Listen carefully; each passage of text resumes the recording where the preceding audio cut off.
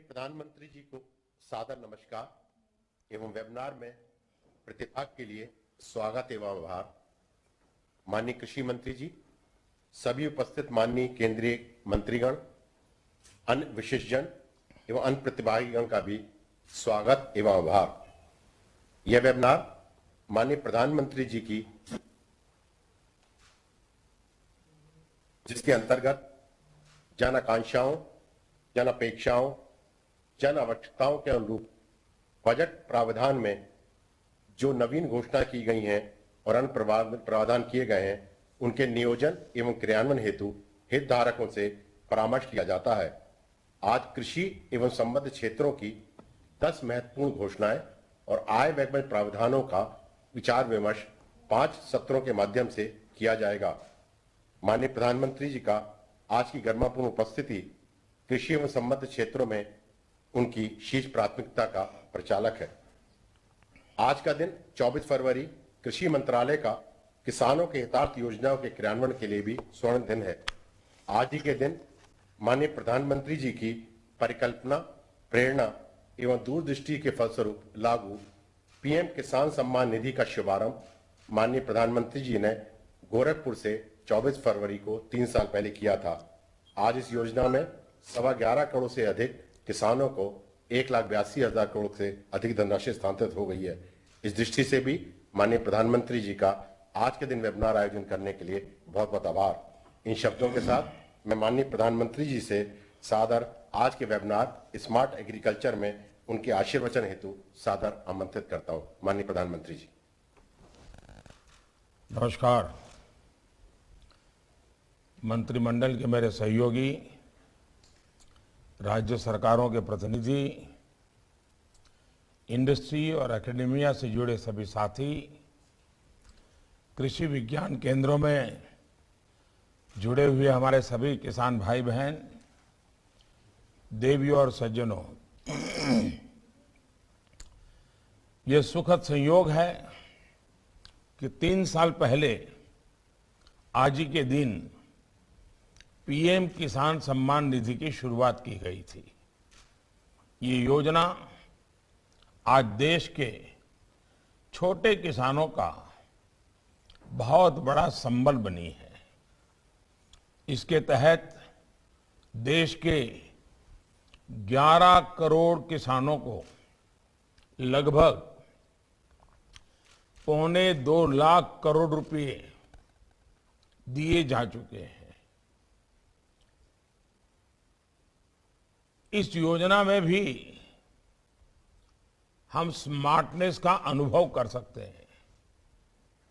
सिर्फ एक क्लिक पर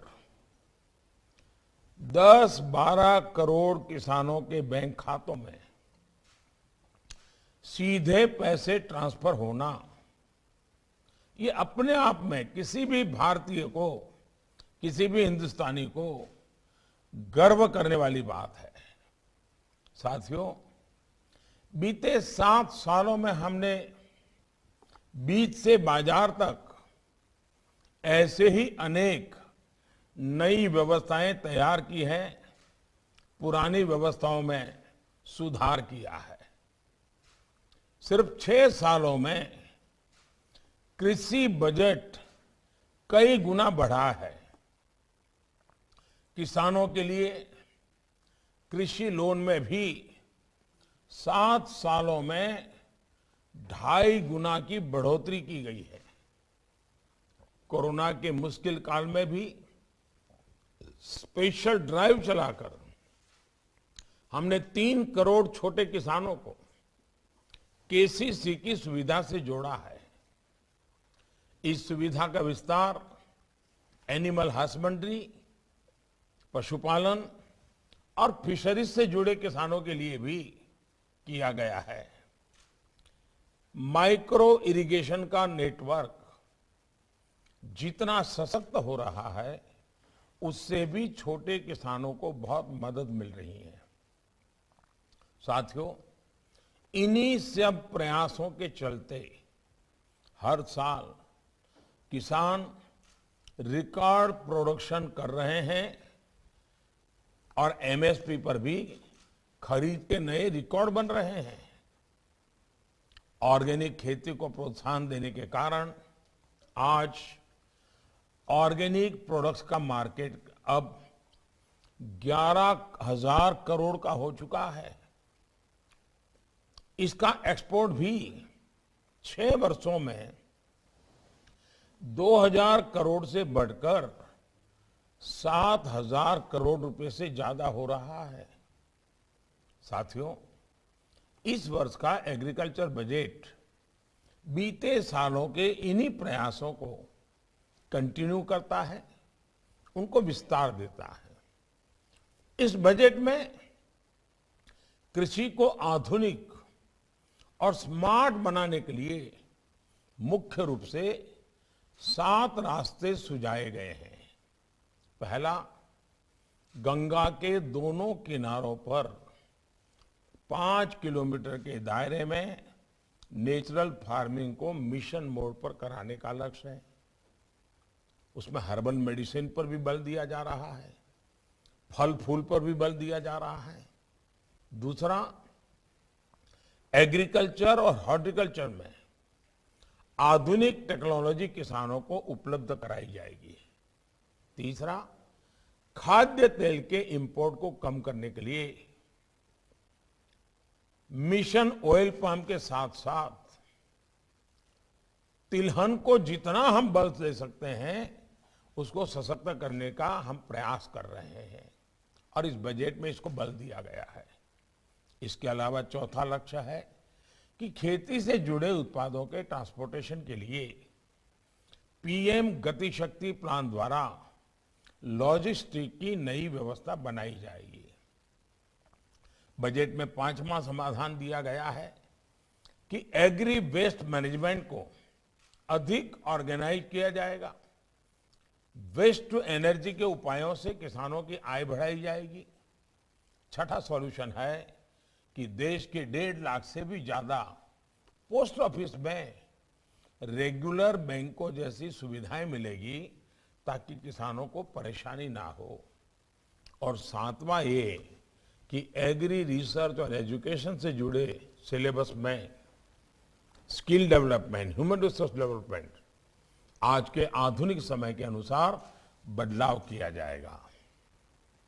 साथियों, आज दुनिया में हेल्थ अवेयरनेस बढ़ रही है, एनवायरमेंट फ्रेंडली लाइफस्टाइल के प्रति जागरूकता बढ़ रही है, ज्यादा से ज्यादा लोग इसकी तरफ आकर्षित हो रहे हैं। इसका मतलब यह है कि इसका मार्केट भी बढ़ रहा है। हम इससे जुड़ी चीजें, जो चीजें हैं जैसे नेचुरल फार्मिंग है, ऑर्गेनिक फार्मिंग है, इसकी मदद से इसके मार्केट को कैप्चर करने की कोशिश कर सकते हैं। नेचुरल फार्मिंग के फायदे जन जन तक पहुंचाने में हमारे कृषि विज्ञान केंद्र और एग्रीकल्चर यूनिवर्सिटीज को पूरी ताकत से जुटना होगा। हमारे केवीकेस एक एक गांव गोद ले सकते हैं। हमारी एग्रीकल्चर यूनिवर्सिटी 100 या 500 किसानों को अगले 1 साल में नेचुरल खेती की तरफ लाने का लक्ष्य रख सकती है। साथियों, आजकल हमारी मिडिल क्लास फैमिलीज में, अपर मिडिल क्लास फैमिलीज में एक और ट्रेंड दिखता है। अक्सर देखने में आता है कि उनके डाइनिंग टेबल पर कई सारी चीजें पहुंच गई हैं, प्रोटीन के नाम पर, कैल्शियम के नाम पर, ऐसे कई प्रोडक्ट्स का डाइनिंग टेबल पर जगह बना रहे हैं। इसमें बहुत सारे प्रोडक्ट विदेश से आ रहे हैं और ये भारतीय टेस्ट के अनुसार भी नहीं होते, जबकि ये सारे प्रोडक्ट्स हमारे भारतीय उत्पादों जो हमारे किसान पैदा करते हैं उसमें सब कुछ है, लेकिन हम सही ढंग से प्रस्तुत नहीं कर पा रहे हैं, उसका मार्केटिंग नहीं कर पा रहे हैं। और इसलिए हमें कोशिश करनी चाहिए, इसमें भी वोकल फॉर लोकल जरूरी है। भारतीय अन्न, भारतीय फसलों में भी वो बहुतायत में पाया ही जाता है और ये हमारे टेस्ट का भी होता है। दिक्कत ये है कि हमारे यहाँ इसकी उतनी जागरूकता नहीं है, काफी लोगों को इसके बारे में पता ही नहीं है। कैसे हम भारतीय अन्न को प्रसारित करें, इस और भी हमें ध्यान देना होगा। हमने देखा है कि कोरोना काल में हमारे यहाँ के मसाले, हल्दी जैसी चीजों का आकर्षण बहुत बड़ा है। साल 2023 इंटरनेशनल ईयर ऑफ मिलेट्स है। इसमें भी हमारा कॉरपोरेट जगत आगे आए, भारत के मिलेट्स की ब्रांडिंग करे, प्रचार करे। हमारा जो मोटा धन है और हमारे दूसरे देशों में जो बड़े मिशंस हैं, वो भी अपने देशों में बड़े बड़े सेमिनार करें। वहां के लोगों को, जो इंपोर्टर्स हैं वहां, उनको समझाएं कि भारत के जो मिलेट्स हैं, जो भारत का धान है, वो कितने प्रकार से उत्तम है, उसके टेस्ट की दृष्टि से कितना महत्वपूर्ण है। हम हमारे मिशनों को लगा सकते हैं। हम सेमिनार, वेबिनार इंपोर्टर एक्सपोर्टर के बीच हमारे मिलेट्स के संबंध में कर सकते हैं। भारत के मिलेट्स की न्यूट्रिशन वैल्यू कितनी ज्यादा है, इस पर हम बल दे सकते हैं। साथियों, आपने देखा है कि हमारी सरकार का बहुत ज्यादा जोर सॉइल हेल्थ कार्ड पर रहा है। देश के करोड़ों किसानों को सरकार ने सॉइल हेल्थ कार्ड दिए हैं। जिस तरह एक जमाना था, न पैथोलॉजी लैब होती थी, न लोग पैथोलॉजी टेस्ट करवाते थे, लेकिन अब कोई भी बीमारी आई तो सबसे पहले पैथोलॉजी चेकअप होता है, पैथोलॉजी लैब में जाना होता है। क्या हमारे स्टार्टअप्स, क्या हमारे प्राइवेट इन्वेस्टर्स स्थान स्थान पर प्राइवेट पैथोलॉजी जैसे लैब होती हैं, वैसे ही हमारी धरती माता, हमारी जमीन, उसके सैंपल को भी पैथोलॉजिकल टेस्ट कर करके किसानों को गाइड कर सकते हैं। सॉइल हेल्थ की जांच ये लगातार होती रहे, ये हमारे किसानों को अगर हम आदत डालेंगे तो छोटे छोटे किसान भी हर साल एक बार सॉइल टेस्ट जरूर करवाएंगे। और इसके लिए पैथोलॉजी, इस प्रकार की सॉइल टेस्टिंग की लैब का एक पूरा नेटवर्क खड़ा हो सकता है, नए इक्विपमेंट बन सकते हैं। मैं समझता हूं एक बहुत बड़ा क्षेत्र है, स्टार्टअप्स को आगे आना चाहिए। हमें किसानों में भी ये जागरूकता बढ़ानी होगी, उनका सहज स्वभाव बनाना होगा कि वो 1-2 साल में अपने खेत की मिट्टी का टेस्ट करवाएं और उसके मुताबिक उसमें कौन सी दवाइयों की जरूरत है, कौन से फर्टिलाइजर की जरूरत है, किस फसल के लिए उपयोगी है, उसको उनको एक साइंटिफिक ज्ञान मिलेगा। आपकी जानकारी में है कि हमारे युवा वैज्ञानिकों ने नैनो फर्टिलाइजर डेवलप किया है।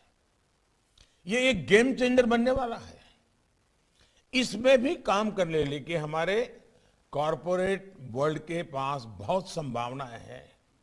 साथियों, माइक्रो इरिगेशन भी इनपुट कॉस्ट कम करने का और ज्यादा प्रोडक्शन का बहुत बड़ा माध्यम है और एक प्रकार से एनवायरनमेंट की भी सेवा है। पानी बचाना ये भी आज मानव जात के लिए बहुत बड़ा काम है। पर ड्रॉप मोर क्रॉप पर सरकार का बहुत जोर है और ये समय की मांग भी है।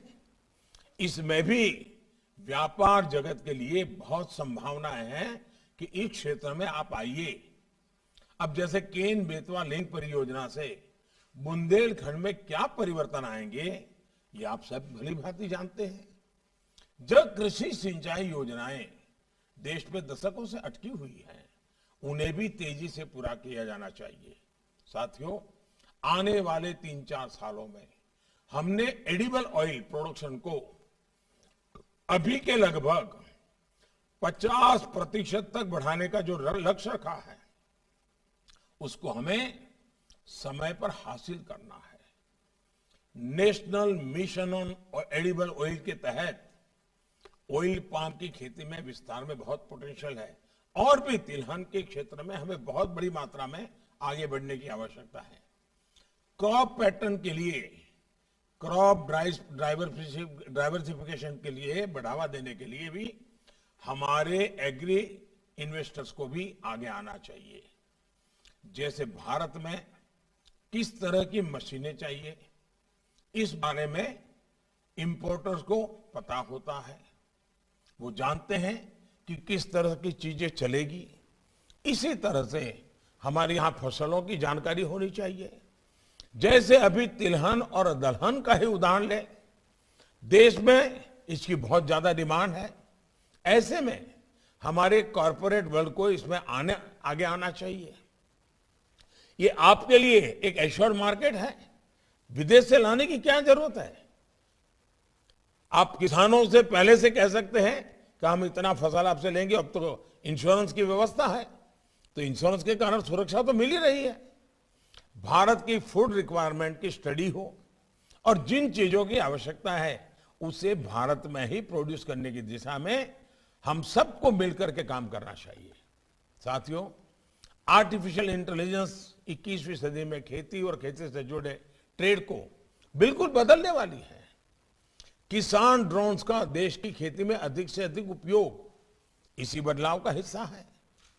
ड्रोन टेक्नोलॉजी एक स्केल पर तभी उपलब्ध हो पाएगी जब हम एग्री स्टार्टअप्स को प्रमोट करेंगे।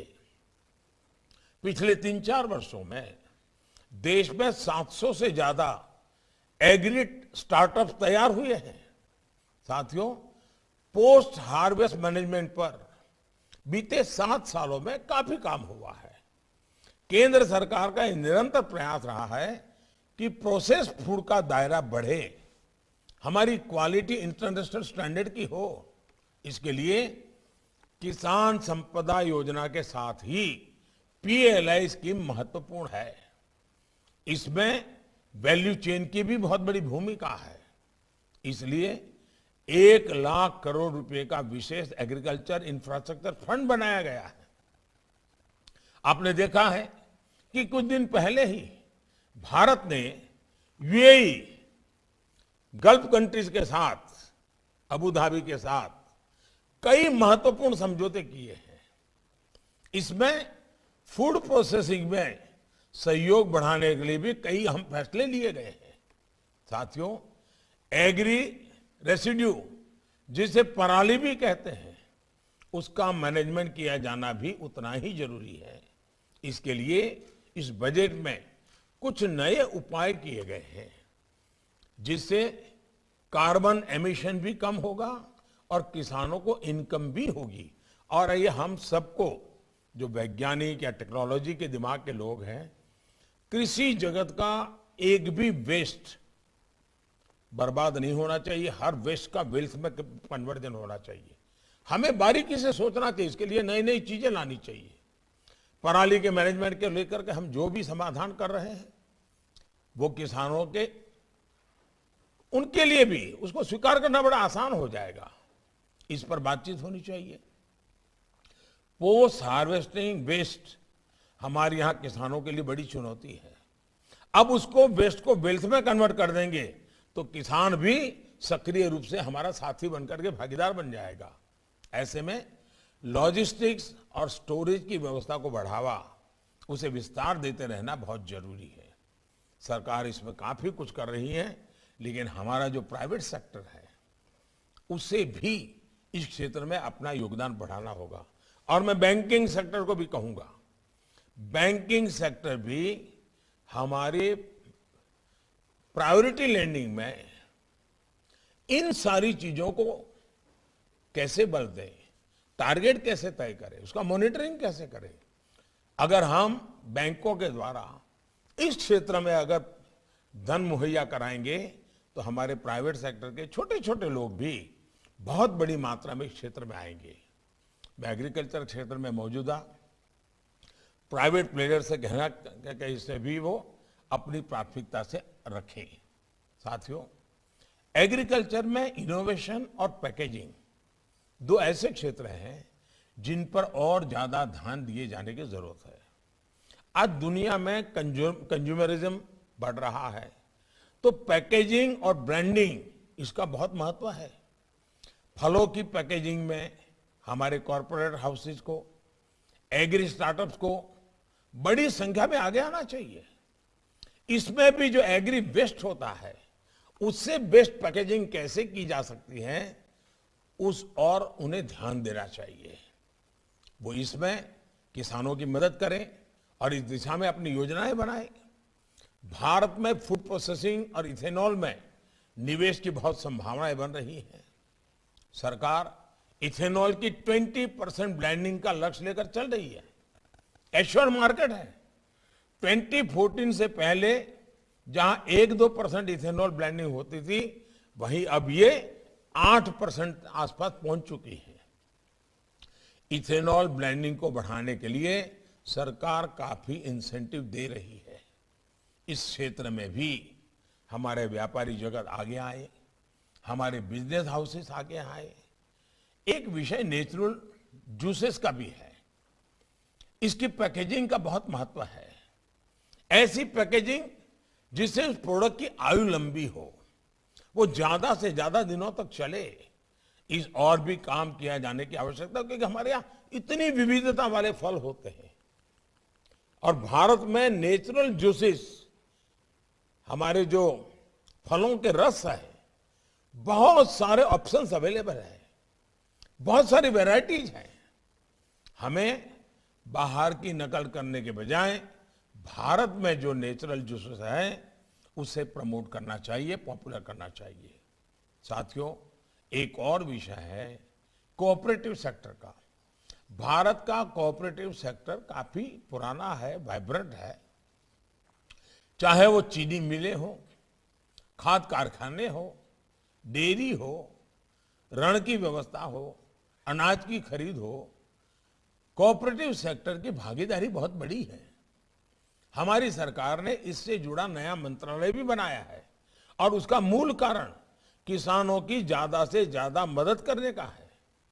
हमारी कोऑपरेटिव में एक वाइब्रेंट बिजनेस एंटिटी बनाने का बहुत स्कोप होता है। आपका लक्ष्य होना चाहिए कि कोऑपरेटिव को एक सफल बिजनेस एंटरप्राइज में कैसे बदलें। साथियों, हमारे जो माइक्रो फाइनेंसिंग इंस्टीट्यूट्स हैं, उनसे भी मेरा आग्रह है कि वो आगे आए और एग्री स्टार्टअप को, फार्म प्रोड्यूस ऑर्गेनाइजेशन, एफपीओस को ज्यादा से ज्यादा आर्थिक मदद करें। हमारे देश के छोटे किसानों का खेती पर होने वाला खर्च कम करने में एक बड़ी भूमिका भी आप सभी निभा सकते हैं। जैसे हमारा छोटा किसान खेती में इस्तेमाल होने वाले आधुनिक उपकरण नहीं खरीद सकता, इसका एक समाधान है। छोटा किसान कहां से लाएगा? और उसको आज लेबरर भी बहुत कम मिलते हैं। ऐसी स्थिति में हम एक नए तरीके से सोच सकते हैं क्या? पुलिंग का। हमारे कॉरपोरेट जगत को ऐसी व्यवस्थाएं बनाने के लिए आगे आना चाहिए जिसमें खेती से जुड़े उपकरणों को किराए पर देने की सुविधा हो। हमारी सरकार किसानों को अन्नदाता के साथ ही ऊर्जादाता बनाने के लिए बड़ा अभियान चला रही है। देश भर के किसानों को सोलर पंप वितरित किए जा रहे हैं। हमारे ज्यादा से ज्यादा किसान खेतों में कैसे सोलर पावर पैदा करें, इस दिशा में भी हमने अपने प्रयास बढ़ाने चाहिए। उसी प्रकार से मेड़ पर पेड़, हमारे जो खेत की सीमा होती है, आज हम टिम्बर इंपोर्ट करते हैं। अगर हम हमारे किसानों को साइंटिफिक तरीके से अपनी मेड़ पर इस प्रकार के टिम्बर के लिए प्रेरित करें तो 10-20 साल के बाद उसकी आय का एक नया साधन वो बन जाएगा। सरकार उसमें कानूनी आवश्यक जो भी बदलाव है वो भी करे। साथियों, किसानों की आय बढ़ाना, खेती का खर्च कम करना, बीज से बाजार तक किसानों को आधुनिक सुविधाएं देना, ये हमारी सरकार की प्राथमिकता है। मुझे विश्वास है आपके सुझावों से सरकार के प्रयासों को और हमारा किसान जो सपने देख करके कुछ करना चाहता है, उन सबको बल मिलेगा। और मुझे विश्वास है कि आज हम कृषि के एक नेक्स्ट जनरेशन पर चर्चा करना चाहते हैं। परंपरागत पद्धतियों से बाहर आने के लिए सोचना चाहते हैं।